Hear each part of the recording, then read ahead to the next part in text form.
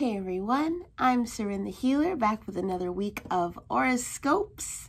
This week is the 4th of July to the 10th. Happy birthday to my little sister.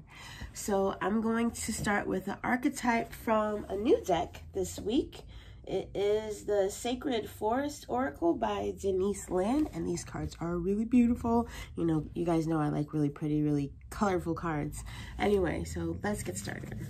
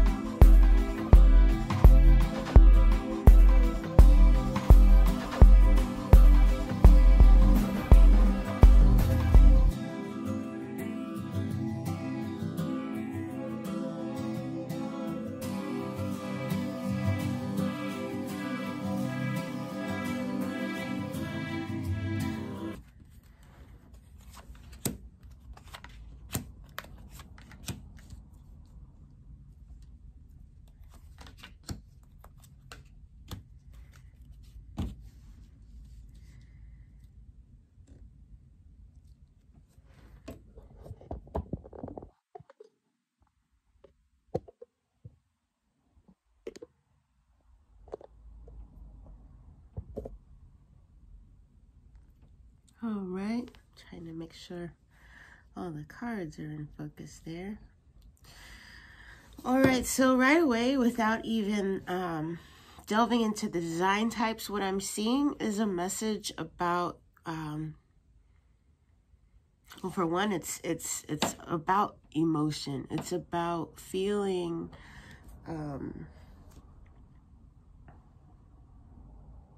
feeling like things are chaotic or falling apart. It might be that you were triggered by something that happened with your support system or with your closest friends. Maybe they left you out of a decision, or some kind of catalyst happened that involved the people that you would normally go to with this problem, but you feel like you can't in this specific situation. And you don't have a clear plan for what you want to do, but you feel like, you know, for some reason, either you're competing with them and so you can't let them in on what's going on with you, or it's one of those situations where it's like, fine, I don't need you anyway, you know. I'm just gonna take my toys and be over here, you know. Type of situation to where you're wanting to like prove something, or prove that you are okay even though they didn't involve you in something, right?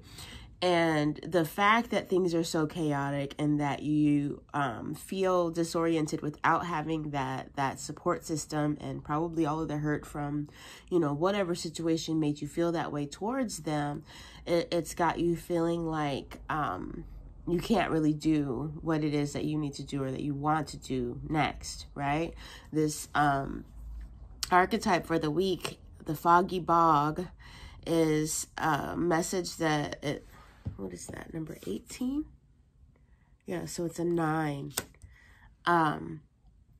It looks to me like the reason why it's a patience card is because the fog, the waters are distorted. You can't tell.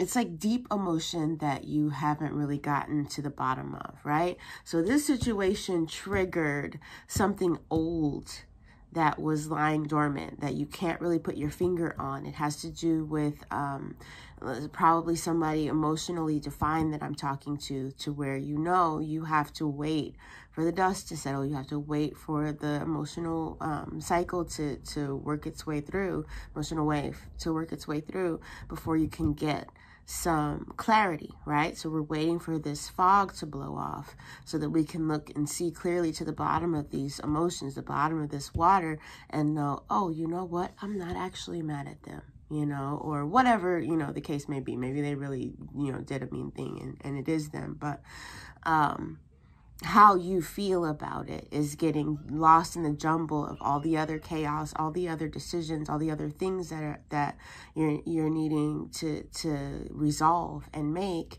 And it's about taking that time for yourself, you know, being nice to yourself, and instead of beating up on yourself and feeling like, oh my goodness, like this is never gonna work, I can't do this by myself, this is too much, you know, working through all of those feelings, not staying stuck in that, and getting to a point to where you can get to some calm and some peace and get some clarity, look backward at the situation from a new perspective, you know, in the future, where you get to, once this is all past, and be able to look back at it and see more clearly, okay, you know what, they left me out of that because I told them that I was already overwhelmed, or they left, you know what I'm saying? Like there's going to be a piece of the puzzle, something that comes very clear once enough time has passed for you to calm, your waters to calm, your emotions to still, and for you to actually look back and be like, oh, okay. So how that looks like for generators is going to have something to do with your timing. It's going to have something to do with the way that you are interacting with other people. So maybe you set a strict schedule and they knew that you said that you needed to get up early and they didn't want to interfere with that. Maybe it had to do with the fact that they all were there and available and they were ready to move on this thing, and you were the only one that wasn't there, and they were like, you know what, let's just get it started, you know? It's something to do with, I feel like it's like circumstantial. Like it's not like they intentionally said, okay, well, you know what, we're going to leave them out because blah, blah, blah, you know? And of course, with you being the only one who wasn't involved, it's going to feel personal when you find out about it, right? So you have to work through all of that emotion, work through all of that, let all of that settle, and then look back objectively and be able to see, okay, you know what, that was the decision that was better for the group. You know, I wasn't in the group then. I had made, you know, I had a different priority. I had to, you know, take care of something else. They didn't leave me out to be mean to me, you know? All right, manifesting generators. It's got something to do with your position in the group, likely. So you feel slighted because maybe you were the friend that brought all of these friends together in the first place. And you're like, oh, okay, so y'all gonna meet behind my back now? Like, y'all pushing me out there off the island, y'all edging me out of the group, right? But again, it's not about that. You probably, being a manifesting generator, have a lot going on. You're probably in the middle of several projects, and they knew that they would be able to cover more ground if they went ahead and started then, right? Or it could be a miscommunication. It could be, you know, like I'm not saying that there's only one way that this, you know, situation could have happened. It could literally be anything. It could be your family, it could be at work, it could be your friend group, right? But it's definitely looking like a situation where there was a lot going on and one of the plates got dropped, you know, and you're looking back at it feeling like either like it's your fault or like you were ignored, you were skipped over, you know. But again, it's a situation where once you calm down, once you let a little bit of space, allow a little bit of space between you and how you're feeling in this situation, you'll be able to turn around and look at it and see what really happened. All right. And yeah, that's what I have for that. So next we have manifestors. Ooh, manifestors with holding. I feel like, this might be a situation where everybody is pushing you to do something, but your inner guidance is telling you, nope, that's not the way we're supposed to do this. That's not the way that this is going to work out. That is, you know, a dead end. And literally everybody else is in agreement that it's obvious that that's the way that it needs to go. But for some reason, manifestor, your intuition is like, wait. And that's kind of off from what the energy of this gate normally says. But when I turned that card over, it was very clear that it's that type of a situation where you are the holdout, you know, and your guidance is right for you, right? So it could be just telling you personally that you need to not be a part of that particular project, or it could mean that it really is a dead end, like at all for everybody, you know? And I can't really tell you that because like I said, your intuition, your personal guidance is for you. It's not going to tell you about what everybody else needs to do. That's why we all need to be connected to our own intuition in the moment and be able to tell, you know, what's going on for us. All right. Next out, we have our projectors. Oh, with the caring gate. All right. All right. So this is kind of like one of those situations where you're feeling a bitterness because this hurts you in a way that you would never hurt somebody else, basically. It's like something that maybe your group knows that you have a sensitivity to abandonment, right? Like they know about this. They've helped you with this. They've, you know, and so now with them moving on or making a decision or having a conversation about something big and you weren't able to participate in it or you weren't there for it, it cuts you, you know what I'm saying? It hits you in a deeper way because it's them and they know that about you. And so you're feeling like they just didn't care about how you felt, like you were excluded. And this message is saying that that's not exactly right. It wasn't that you were excluded, like invite everybody except for, you know, it was more like circumstance, like timing, or, you know, like maybe they didn't plan to make a decision about that, but then they looked up and it's like, dude, we're all here. We're only missing one person, you know?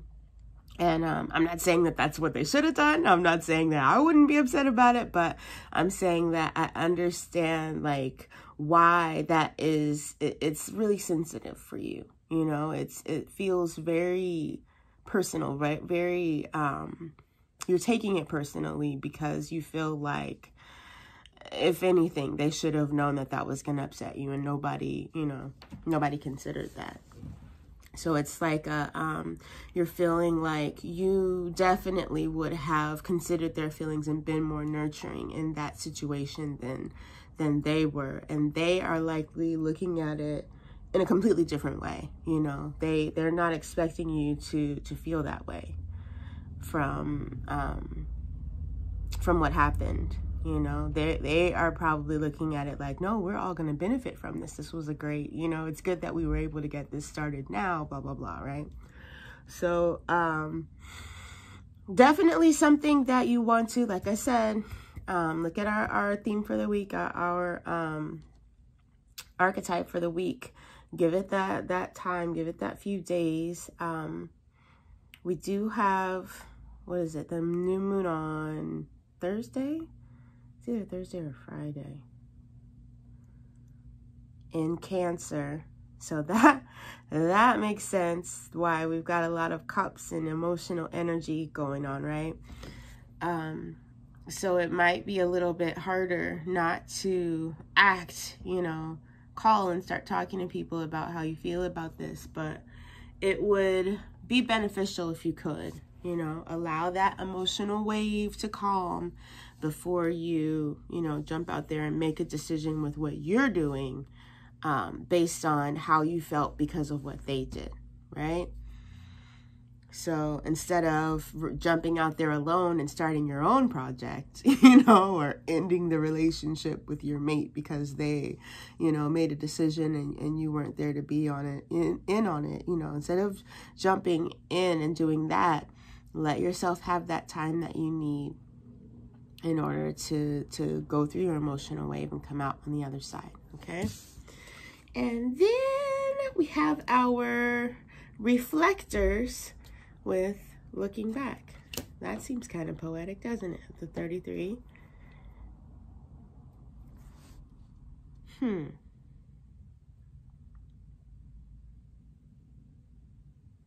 So that to me seems like for reflectors, this whole situation or ordeal or incident, whatever you want to call it, whatever it turns out to be when you look at it in hindsight, there's a really, there's a puzzle piece there for you. There is a key message, something that you have been missing, something that you, either it's going to make you feel even closer and more loved and connected with your mate, this person, or your group, your tribe, your friends, your family, or something to that effect. You know, it's going to give them an opportunity to tell you, no, actually, you are important to us. We would never do that intentionally, you know, and you get that validation that, okay, they're never going to throw me off the island, you know, or maybe it's just being able to pinpoint this pattern and seeing that it's a pattern and that, set an intention, you know, in the new moon to do things differently and grow, you know. It could be a opportunity to end a cycle that's not to your benefit. All right. It also could be one of those empath situations where you are amplifying or, you know, reflecting back the emotions of somebody else, and it's not a strong vibration for you.